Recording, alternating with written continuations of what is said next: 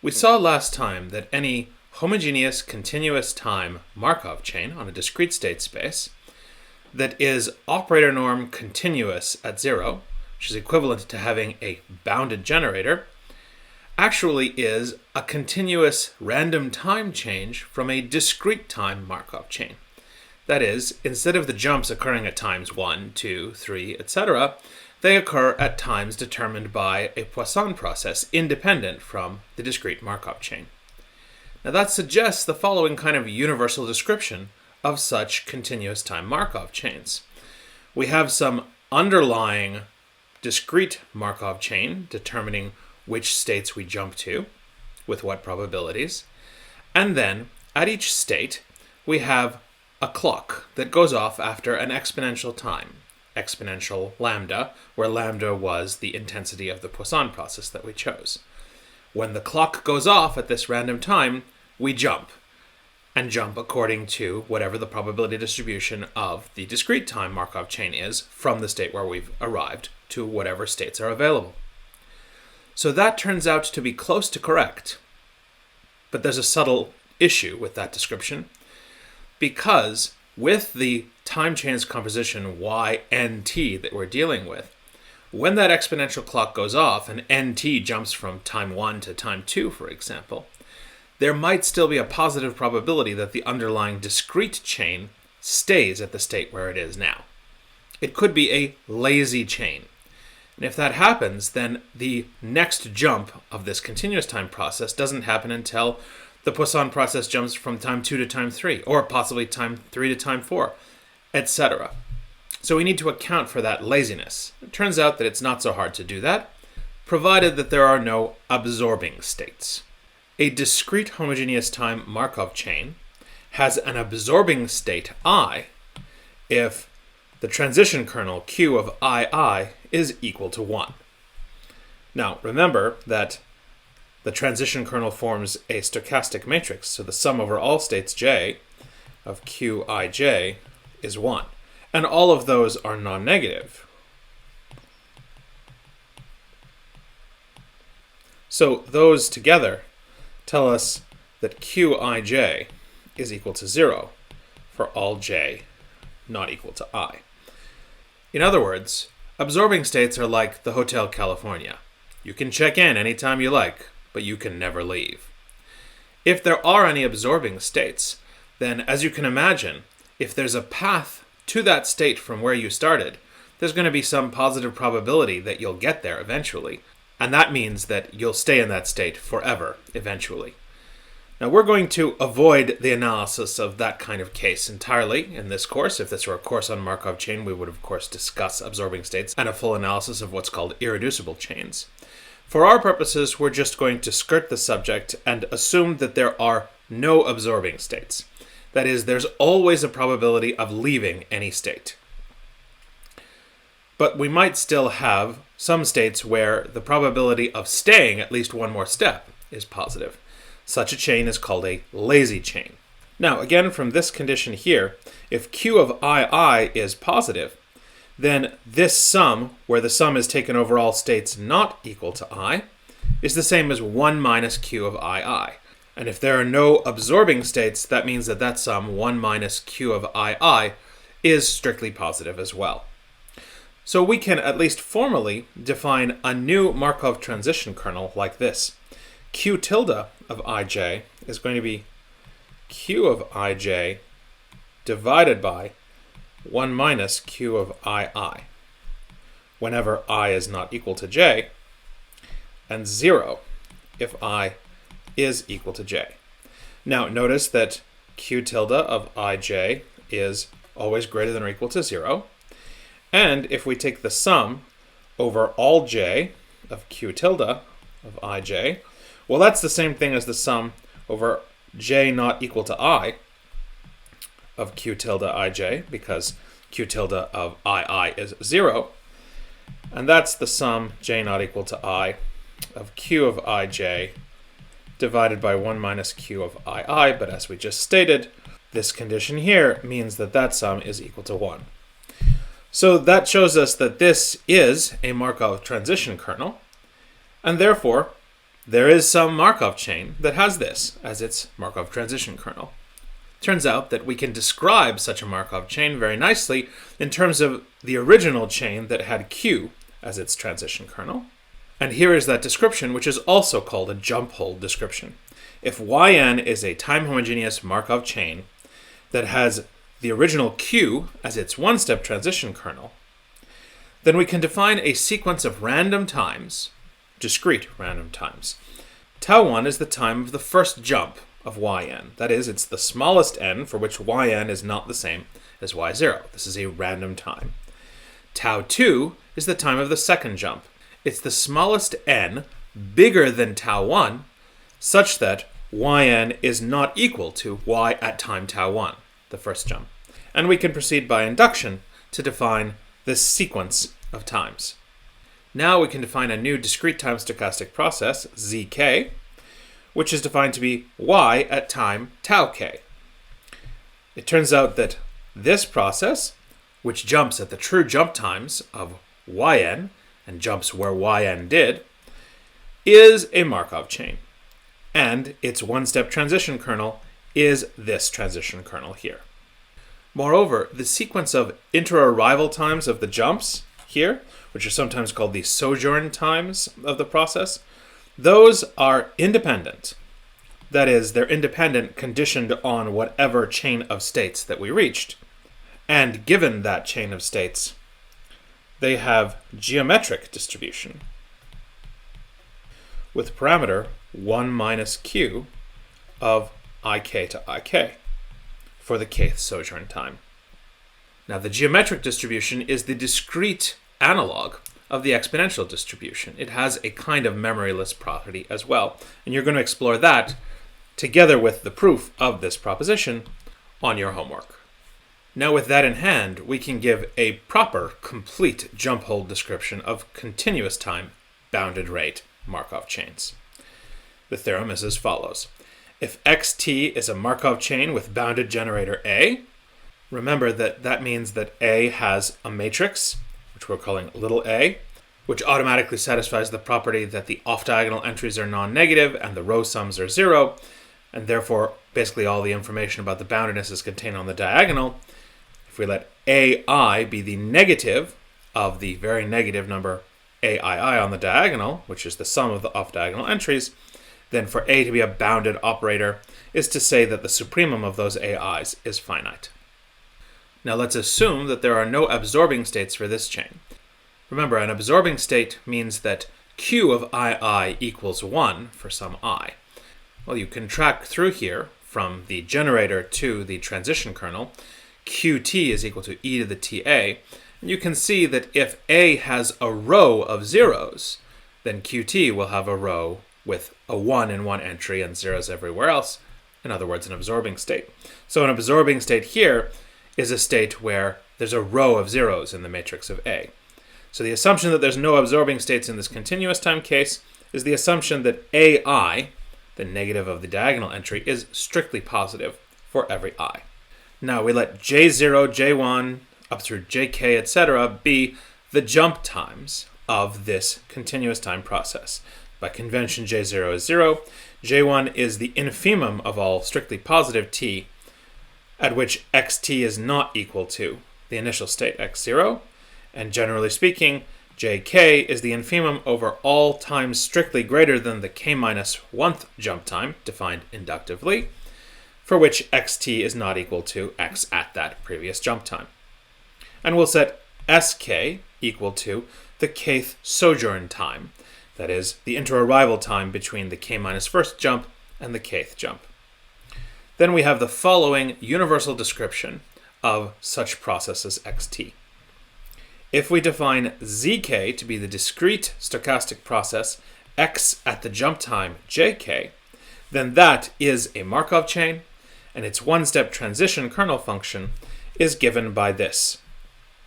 P tilde ij, the probability of transitioning from state I to step j at any step, is equal to the rate aij of the chain divided by ai, if I is not equal to j, and because we're making it a non-lazy chain, it's equal to 0 when I is equal to j. And moreover, given any sequence of states that are sequentially non-equal, that is, I0 is different from I1, I1 is different from I2, etc., then with respect to the conditional probability that this discrete chain follows the chain of states I0, I1, etc. up to In for any n, those sojourn times there are independent and they are exponentially distributed with parameters given by those bounded rates of the generator.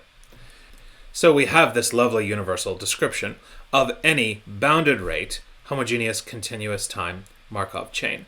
We have an underlying discrete chain with some discrete set of states, and a Markov kernel that determines with what probabilities we can jump from each state to any of the ones neighboring it. And at each state, we also have an exponentially distributed random clock, which will go off at an exponential time determined by this number associated to that state. And we run the chain by starting all the clocks. When we get to a state, ik minus 1, we wait there until the exponential clock goes off, and then we jump, according to the discrete time chain, to another state and continue. Let's prove this. We have our previous description that we came to. Starting with the generator A, we define this transition kernel P as such, and let Yn be a Markov chain that has this as its one-step transition operator. Then we can recover the original process X as this time change ynt, where nt is a Poisson process independent of the discrete chain, with intensity lambda sufficiently large, that is, at least as big as this finite supremum of the diagonal rates. And as we noted, this thing will have jumps, in quotation marks, at independent exponential lambda distributed times. But some of those jumps might not be true jumps because the underlying chain yn that we had here might be a lazy chain. So what we're going to do is construct the non-lazy chain associated to it from the previous slide. To do that, let's write down explicitly what the jump probabilities are for the lazy chain. So of course, this means that the matrix P is given by the identity plus 1 over lambda times the matrix A of the generator. In other words, we have this, and let's just write that out explicitly. That's equal to Aij rate divided by lambda, if I is not equal to j, and 1 minus Ai over lambda. Remember that Ai is the negative of the negative number Aii if I is equal to j. And the issue here is that this may be strictly greater than 0 for some I, which means that when we jump at some exponentially random time from state I to state I with positive probability, we haven't actually jumped. So let's form the non-lazy chain associated to this. Take tau k to be the sequence of jumps of this lazy chain. And by the result from the previous slide, if we let zk be y at the jump times tau k, this is also a Markov chain, and its transition kernel is p tilde, where p tilde is constructed to be 0 on the diagonal, and off the diagonal, it's given by this renormalizing formula here. And let's just use this formula here to write down what that is. That's equal to Aij over lambda divided by 1 minus Ai over lambda, which is just the ratio Aij divided by Ai, which is what we claimed in the theorem. That is to say, we still have xt, our original process, is y at time nt, and that means that x at the true jump time of jk is going to be y at the true jump time of y, tau k, which is what we define zk to be, and zk has this as its transition kernel, proving part 1. Now for part 2, we'd like to see that the sojourn times are exponentially distributed with these rates here, conditioned on whatever the chain of states we took. So we set sigma k to be the sojourn times of the discrete non-lazy Markov chain, and fix any sequence of consecutively distinct states that it might run through. For the sake of notational convenience, let's let b denote the event that z0 is state I0, z1 is in state I1, etc., up to zn in state In. Then by the jump hold proposition from the beginning of this lecture, relative to this conditional probability measure, these sigma 1 through sigma n discrete sojourn times are independent and geometrically distributed with those parameters. Now, what does that tell us about the sojourn times for the continuous time process, S1 through Sn, that we're interested in? Well, we can actually recover them nicely because the jump times of the discrete process, tau k, are just the successive sums of the sojourn times. And from there, we can express the true jump times of the continuous process like this. They're the sums of the jump times of the underlying Poisson process until we get to an actual jump of the underlying lazy chain, which happens at time tau k. So it's this successive sum. And these are the jump times of a Poisson process, which means that they are all independent, exponentially distributed with parameter lambda. Now, the sojourn times we're interested in are the differences jk minus 1, and so the result will follow from the following lemma. If I have any sequence of exponential lambda distributed random variables and a sequence of n geometric random variables that are distributed with some parameters bk, such that all of those t's and all of those sigmas are independent from each other, then if we let wn be the progressive sum of the t's and tau k be the progressive sum of the sigmas, and let sl be the sojourn time here, that is w tau l minus w tau l minus 1, exactly to fit the situation we're in here, then those SNs are in fact independent and exponentially distributed, and their exponential parameters are the parameters of these geometric random variables times the lambda parameter of the t's. And that gives us precisely the result that we need, because in our example, the BL, which is the parameter here of sigma L, is 1 minus P at state IL minus 1 on the diagonal, which, looking back, is precisely equal to A IL minus 1 divided by lambda. And so, if we multiply that by lambda, we get the result that we want, that these are exponential with rate A IL minus 1 at state IL. Well, the proof of this lemma is again left to you on your homework. And so that concludes our proof of the jump hold description of bounded rate Markov chains. Before we move on to other matters, let's just note that that doesn't tell us everything about all continuous time homogeneous Markov chains. This jump hold description applies to all such continuous chains that have a bounded generator, which is the same thing as saying we have this nice condition here that the diagonal entries of the transition kernel tend to 1 uniformly over the state space, which of course will always hold true if you have a finite state space, but is a constraint that we're adding to an infinite countable state space. And in fact, that condition can certainly be violated in some interesting examples. There are interesting examples where we have a weaker than operator norm topology continuity in the transition operator at time 0. Now that might seem strange to you because we proved that this going to 0 in operator norm was equivalent to the generator A being a bounded operator. And if the generator A isn't a bounded operator, how do we even define this? Well, the fact is that you don't need A to be a bounded operator in order for Qt to be a bounded operator. It's perfectly possible to have the exponential of an unbounded operator be a bounded operator. And that's going to be the generic situation, especially when we later deal with Feller processes with uncountable state spaces. For example, like Brownian motion, where, as you've already explored a little bit, the generator just doesn't make sense if you try to define it on all bounded functions on the state space. And even if you could, it certainly won't be a bounded operator there. Now, what that means in the context here of discrete space continuous time Markov chains is that if you have an unbounded generator, if the rates are not bounded, you may have something like the jump hold description we just developed. However, the jumps may accumulate. You can have explosion. In the examples that we've seen so far, it follows from the jump hole description that in any finite time interval, there will, with probability 1, only be finitely many jumps because they are occurring at exponentially distributed independent times with parameters that don't blow up.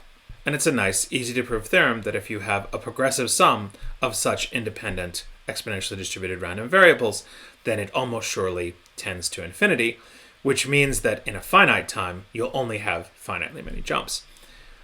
If we don't have this precise description, we'll still have something like it, but we could have the jump sizes getting smaller and smaller and smaller, and so we could have explosion where we reach an infinite chain of states in a finite time period. But again, we're going to leave details like that to another course devoted to Markov chains. We do, however, have a good idea here that a full understanding of continuous time, discrete state space, Markov chains, really hinges on understanding discrete time, Markov chains. And so we're next going to spend a little bit more time developing some tools to understand those.